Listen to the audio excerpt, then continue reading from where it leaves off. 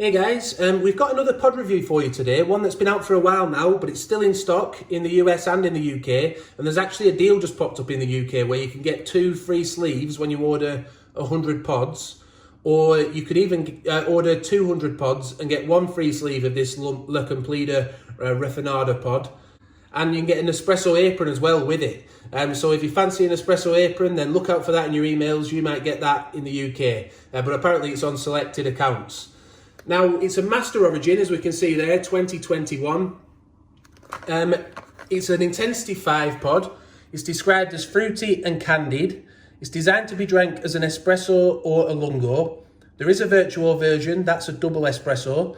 And the unique thing about it is the innovative fermentation method. If we look over here, let's see what it says on the box over here. Desiring a perfect cup, Nespresso collaborated with the new approach to fermentation with La Cumplida farmers from Nicaragua to master the process and unlock smooth candied cherry and pomegranate notes. Now, if we look in the background, we can see the original Nicaragua pod in the Lumia there. That was a completely different method of fermentation, and that's but it's actually the same coffee from the same farm, just processed differently at the end to give it a completely different taste, apparently. So we'll get the pod out then, and then we'll go into this fermentation method a little bit more. So that's the pod then. It's quite a smart pod. The font, again, a bit like the Cafecito de Cuba. It's all about the font, isn't it? And just a basic silver pod behind it. Now, this unique fermentation process, it's a unique natural yeast that comes into contact with the harvested coffee cherry to give those red fruit flavours.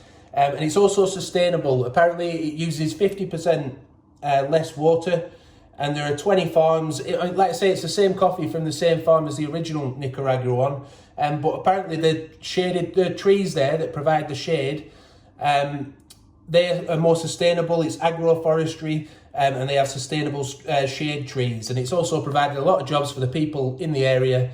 So that's the whole point, really. More sustainable, a different method of processing to get these different fruity and candied flavours. So we're going to try it as an espresso and as a lungo now.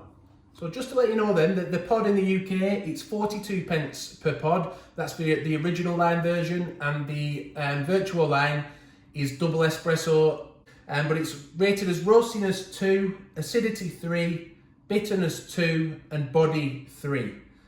So we'll pour it as an espresso now, and don't forget, it's intensity 5.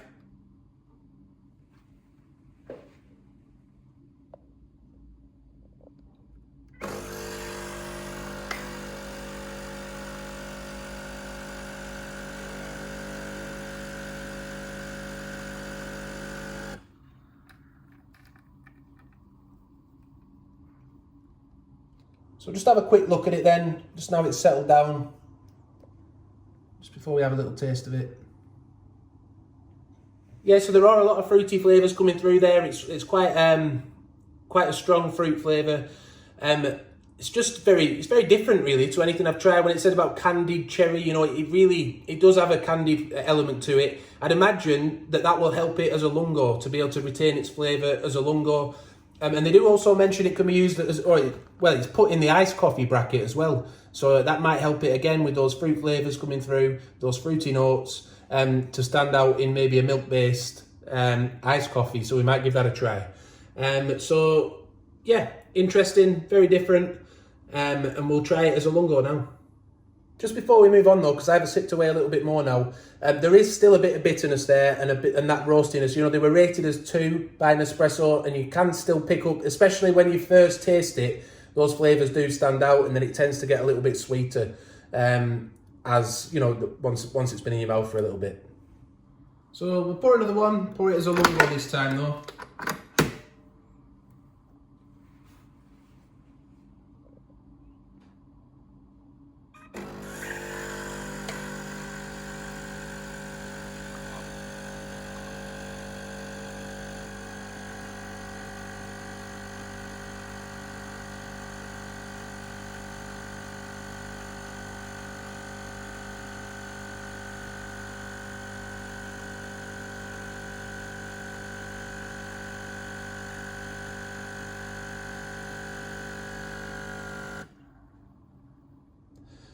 So we've let it cool a bit. We'll have a quick taste of it now in Lungo form.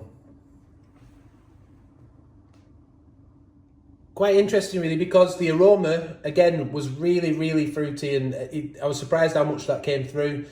It's just pleasant really. If you like a light coffee, it's something interesting to try. And it does, in Lungo form and in espresso form, it does retain those fruity flavours.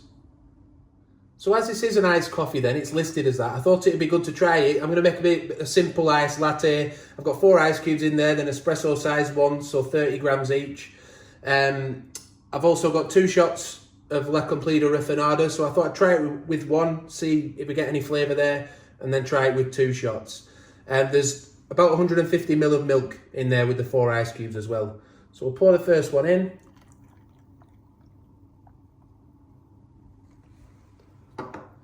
Give it a little chance to cool down.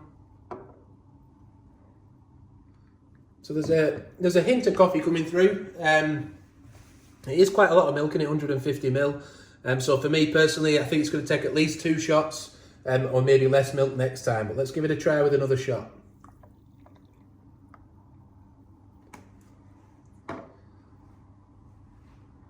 If you like light coffee, nothing too intense, with a bit of fruitiness, that might be up your street. For me, I've only started trying iced recipes recently, so I'm going to try some that are a lot more intense. But I hope you've enjoyed the review. Please give it a like if you have. Subscribe to the channel and hit the notification bell so you don't miss any future upcoming videos. And bye for now.